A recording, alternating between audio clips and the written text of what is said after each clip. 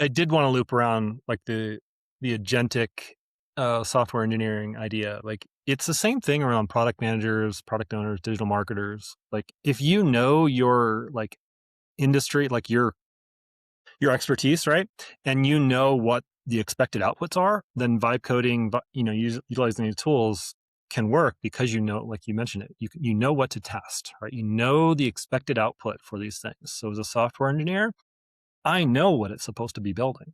I know what it's supposed to be integrating with. As a product owner, I know what the general product is. But if you're building something with no real knowledge around the tools, like you're not an expert level at these things, then you're just assuming that it's going to be good. And it's basing its build on the things that it's seeing out in the world. That there's no real monitoring of like how successful those tools are a lot of times.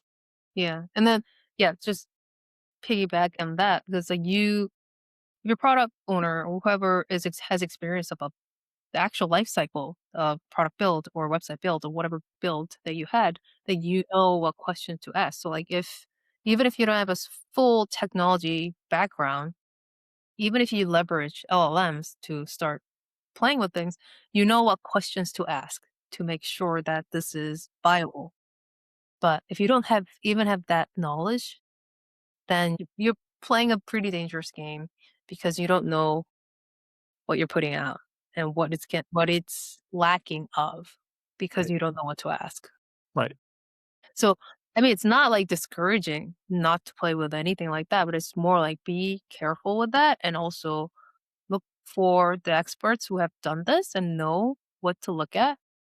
If you're really serious about deploying it as a production level, you probably need to bring in the experts to oversee as if you have a checks and balance in there.